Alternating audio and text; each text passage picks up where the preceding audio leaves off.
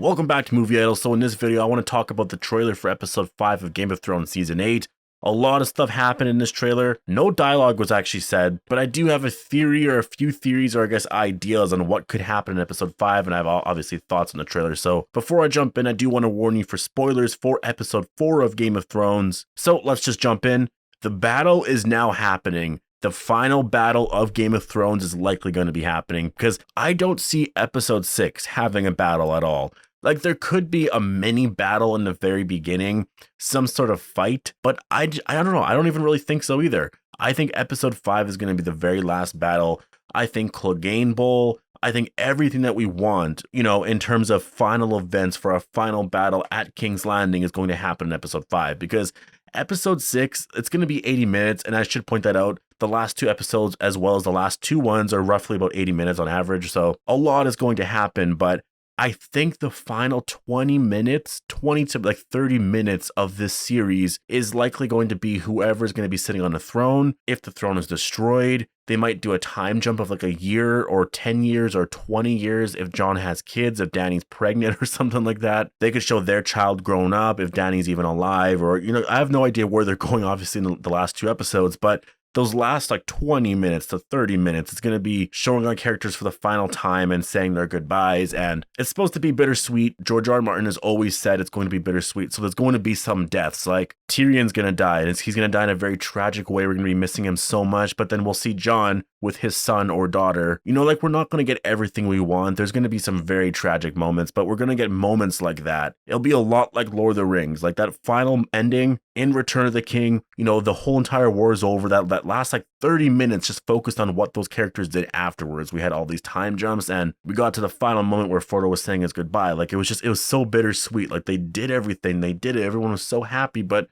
Frodo was saying goodbye. Gandalf was saying goodbye, never to be seen again until, I guess, Sam and all of them eventually went over too. That's the type of ending I expect Game of Thrones to have, and I expect it to be the last 20 minutes. At least I'm praying for it to be. Like, I would really hate if they rushed that too, because, obviously the last season, or 2 seasons now, they've been rushing everything, and that is the one thing that I'm just really, like, I'm grasping at straws here. Like, I want the ending to not be rushed at all. I want it to just feel deserved, and I want to be satisfied with this ending. Right now, we're just jumping over everything so fast, and I'm praying the ending is going to work really well. And so what happens in the finale beforehand? What happens in, that hour beforehand, 45 minutes to an hour? I imagine it's going to be dealing with Cersei. I'm going to predict right now, I don't see Cersei dying in episode 5. She will definitely die in the finale. It could be because of Tyrion. It could be because of Jaime. We know Jaime left Winterfell to go to Cersei. There's going to be little things there, like personal stuff. A lot of stuff between Jon and Dany is going to have to get sorted out. Sansa, as you know, wants Jon on the throne. So I think we're going to deal with that.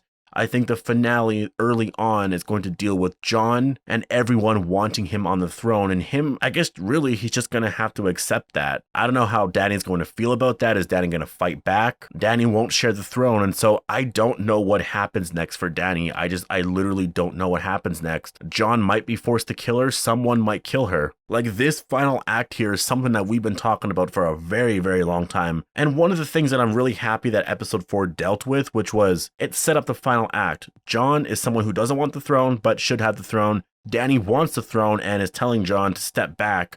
Cersei is obviously still in the same place. And so an idea that I have, and I think it would come out of nowhere, but I think it could happen in episode 5, and that is that Jon sides with Cersei. Not because he wants to, but because Dany is going to get herself killed.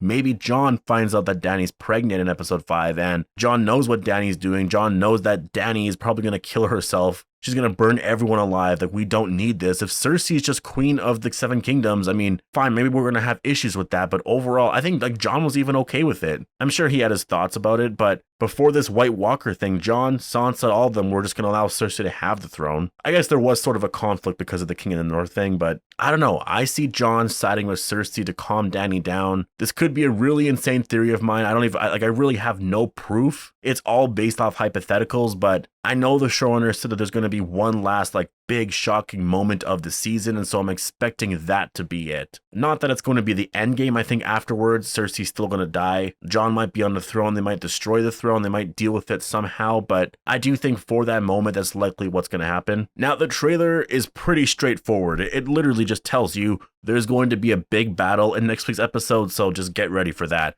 Again, it's 80 minutes long. The first shot here, we have Tyrion and Dany, they're in Dragonstone. We get this very eerie shot here of Tyrion creeping up on Dany, and I think episode 5 is going to reveal a lot about Tyrion and what his motives are. I guess we know what his motives are, but I think his stance will be like official in episode 5, just because we have this shot here of Tyrion and he's looking up at Dany, and I feel like Dany has just like banished him or said something really bad to him, or Tyrion has just found out some bad news. In episode 4 with Varys, he's been contemplating supporting Jon for the throne. Maybe he suggests it here and Dany's really pissed off about it. Maybe he's just telling her, no, we can't go fight Cersei. You can't burn those people down. You need to protect Cersei. I mean, that really could be it. If you think about it, Tyrion doesn't want Cersei to die because she's pregnant. He could have went here and told Dany, you need to spare Cersei's life. You can't kill her, or at least just wait until the baby's born. You can't kill her because you're killing the baby. And that child is innocent in all of this, which I don't know if Dany's going to take that lightly. I do think something might happen here with that. Lots of shots of King's Landing. We see Grey Worm here. He wants revenge after what they did to Missandei. And Cersei is just super happy. Like this shot here, I just love how vibrant that is. Like that color red, I love that. And you obviously see the mountain in the back. And I guess that's Qyburn's arm. I mean, she just seems super happy. She feels very, very confident that she's going to win. And I don't think I think she's going to win the actual battle, but she's obviously not going to win the throne. This series I'd be pretty pissed off if it just led up to that moment. Cersei wins, and I was like, okay, so I guess that was just it. No, I think Cersei is going to win this battle, but I think how they lose is killing Cersei. I think the strategy is going to be the exact same as with the Night King. You don't have to kill these people. You don't have to kill the people of King's Landing. You don't have to kill their troops, their army.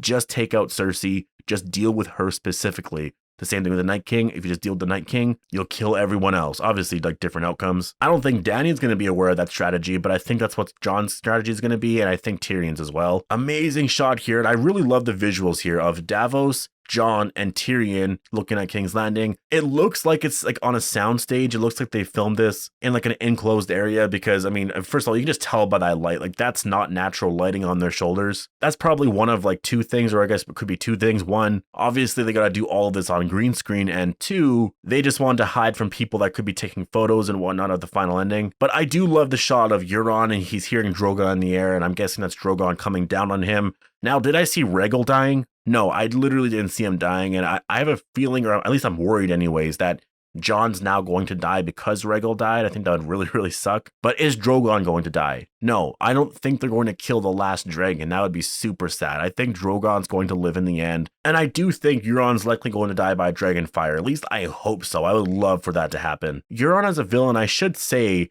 I don't hate him as much as I hated Joffrey or Ramsay. They hyped him up a lot in season 6 and 7, saying that he was going to be a major villain in the final act, like he would be hated way more than Ramsay and Joffrey, but he just hasn't gotten to that moment yet. Maybe it's because of the rush storytelling. We just haven't had a lot of time to spend with him. But yeah, I don't really see him as that. I don't see him as like the big bad. I hate him. He's annoying for what he did to Rhaegal and all that. But I still hated Joffrey and Ramsay a lot more. And that really is it. I mean, anybody can die now. If you think about it, there's only 2 episodes left. Yes, a lot of people had plot armor in episode 3. But episode 5 is the end game. The last battle at King's Landing is now happening. After this battle, we just have that finale, right? Which is wrapping up the last of the storylines. Cersei's probably going to die in an episode, or she might die anyways, but everything is winding down now. We got this final battle, and then we're at, 2 weeks from today, we're all going to be talking about the ending to Game of Thrones, the actual ending to Game of Thrones. And remember, George R.R. Martin said the ending to this series is the exact ending in his books, which was a tough pill to swallow, but the secondary characters and how that relates to the overall story and its ending is going to be a little different. The last 2 books are supposed to be very, very massive. So I guess like George is doing the exact opposite as the showrunners. He's making the final act like way more massive, way more expansive. Whereas the showrunners, they're making the final act rushed as hell and shortening all the episodes. Overall, for predictions, all I can really say is I think we'll get Clegane Bowl. I definitely see that happening. Euron is going to die. I do see Euron dying for sure. And I think we'll get a few surprising deaths, but as of now, I only see Euron dying and for sure Clegane Bowl. If we don't get that in episode 5, then it's not happening at all. But let me know what you guys thought down below. What did you think of tonight's episode? What are your predictions for episode 5? Who do you see dying in episode 5? And also, now that we're at this point, like, what are your predictions for the end game, for the finale, or the series finale of Game of Thrones? Hope you guys all enjoyed the video, and thanks for watching.